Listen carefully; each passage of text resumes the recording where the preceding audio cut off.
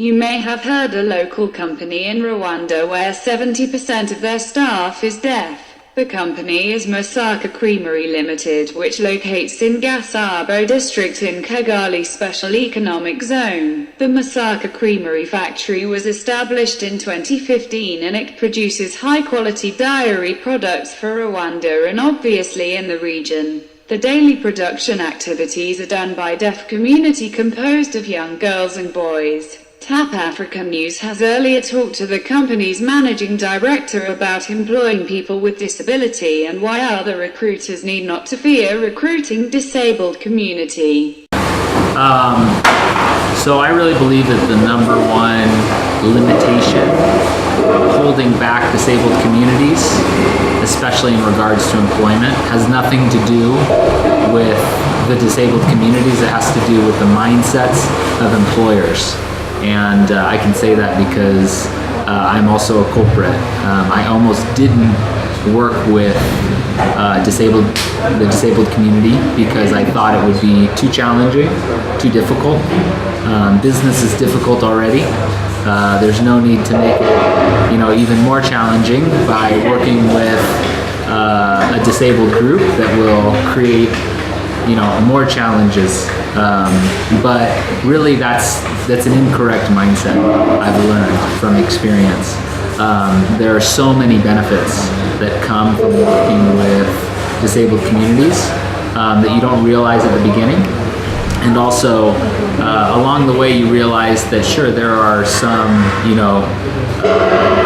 difficulties, there's some complications related to their specific disability, but you ultimately find that those things aren't big challenges. They can be resolved easily, and it just requires maybe a few modifications in the ways that you're doing this or that, but ultimately I think the fear and the idea that it will be difficult is the main limitation to working with disabled communities. But if people are willing to take that risk and to give it a shot, I'm sure they won't be disappointed, and they'll find out that actually those things are much less challenging than they imagined. Yeah. What was really inspired you to employ disabled people? I chose to work with the deaf community because I met a woman who's now an employee here, who was in her 30s, but she didn't know how to communicate at all. She could not read or write or speak or sign. She'd basically been trapped inside her own mind for her entire life without the ability to communicate even basic feelings, emotions, anything like that. So when I saw that, it broke my heart, and that's what gave me the initial desire to make an impact.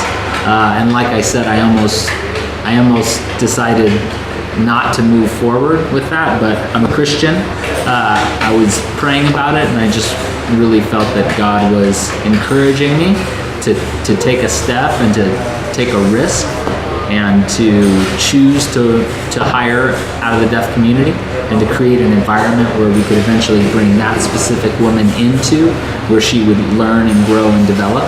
And I'm really glad I did. Actually, it's the best business decision that I ever made for this company. I think it's led to a much stronger company than would have otherwise been the case if I had decided to give in to fear and not make that decision. What message do you have to those employers who are still reluctant to employ disabled community? Yeah. My main message would be to encourage them to just give it a try. Whether in a big way or in a small way, whether with 50 people or with one person, I think that if somebody can, an employer can just get the courage and just say, I'm going to give this a try, I'm going to give it a shot, I know they won't be disappointed.